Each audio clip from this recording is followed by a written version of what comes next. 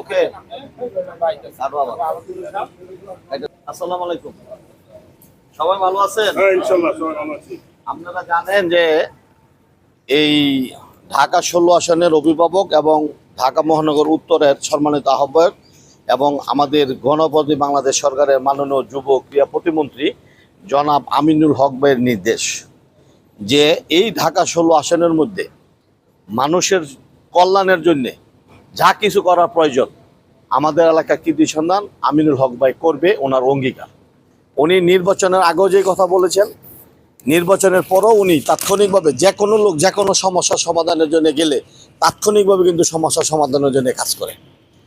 তাহলে আমরা আমাদের এলাকার কৃতি সন্ধান আমরা গর্ববোধ করি ওনার এই নির্দেশে। আমরা যারা বাংলাদেশ জাতীয়তাবাদী দলের সাথে সম্পৃক্ত আছি এবং অত্র এলাকার যারা মুরব্বী আছে তাদেরকে নিয়েই কিন্তু এই সমাজের সব কিছু সমস্যা সমাধান করার জন্য নির্দেশ দিয়েছেন।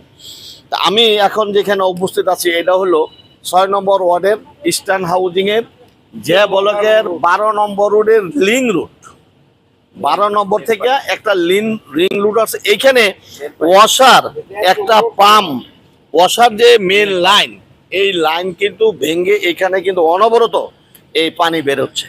তা আমরা এখানে আছি যে আমাদের ইস্টার্ন হাউজিংয়ের বাড়ি মালিক কল্যাণ সমিতির আমাদের নেতা আমাদের রানা ভাই, পাশাপাশি এই আলুদ্দি গ্রামের বা এই ইস্টার্ন হাউজিংয়ে যে ব্লকে যারা বসবাস করে বাড়ির মালিক তারা সকলে উপস্থিত আছেন এবং তাদের সকলের সেই কমপ্লেন যে এটা যদি এই মুহূর্তে যেহেতু রাস্তার কাজ হচ্ছে এই মুহূর্তে যদি এটা সংস্কার করা না হয় তাহলে এই রাস্তা করলে কিন্তু পানির প্রেসারে কিন্তু এই রাস্তাগুলো নষ্ট হয়ে যাবে।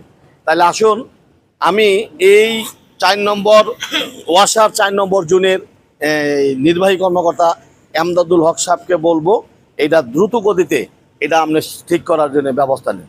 সবাই ভালো থাকবেন। আসসালামু আলাইকুম।